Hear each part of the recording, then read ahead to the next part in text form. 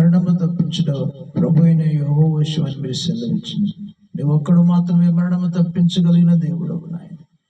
పూర్ణంగా రక్షించడానికి శక్తివంతుడైన దేవుడవు నాయన. మా అనుదినం మా భారం భరిస్తున్న దేవుడవు, మా దేవుడవు నాయన. నీకు వందనాలు.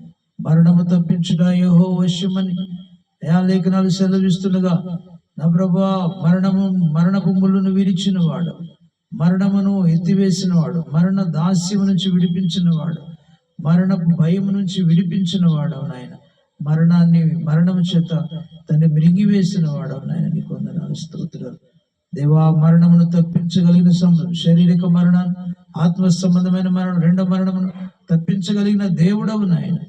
నీ వైపు చూచి రక్షణ పొందడానికి, నీ మాట నమ్మి రక్షణ బాప్తిసం తీసుకుని రక్షణ పొందడానికి సాయం దేవా. నీకు వందనాలు. విశ్వాసం నుంచి కుటుంబాన్ని రక్షించుకున్నట్లు సాయం చేయి.